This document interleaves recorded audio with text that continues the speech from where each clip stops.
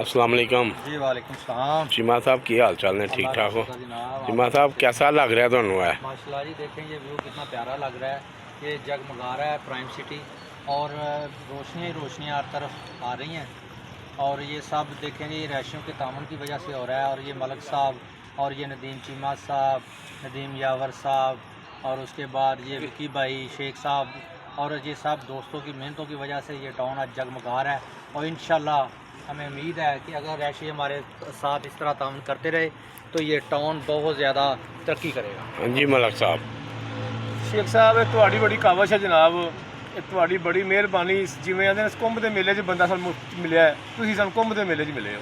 बहुत शुक्रिया ਪੰਜਾਬੀ ਦੀ मलक ਮਿਸਾਲ साहब। ਸੁਣੀ ਜੇ ਕਿ ਨਹੀਂ? ਇਹ ਵਿਛੜਿਆ ਭਰਾ ਸਾਨੂੰ ਮਿਲਿਆ ਹੈ ਤੇ ਅੱਲਾਹ ਤਾਲਾ ਨੇ ਬੜਾ ਕਰਮ ਕੀਤਾ ਜਨਾਬ ਨੇ ਤੇ ਜਨਾਬ ਸਾਡੇ ਨਾਲ ਤੋਂ ਦਿਨ ਰਾਤ ਇੱਕ ਕੀਤਾ ਜਨਾਬ, ਕੰਮ ਕੀਤਾ ਤੇ ਜਨਾਬ ਅਸੀਂ ਤੇ ਸਿਪਾਹੀ ਆ ਸ਼ੀਫਾ ਸਾਹਿਬ ਦੇ। बहुत शुक्रिया ਕਿਉਂ ਸ਼ੀਫਾ ਸਾਹਿਬ? ऐसे ही सब चीमा साहब इधर आओ ना जरा। नहीं नहीं इधर आओ।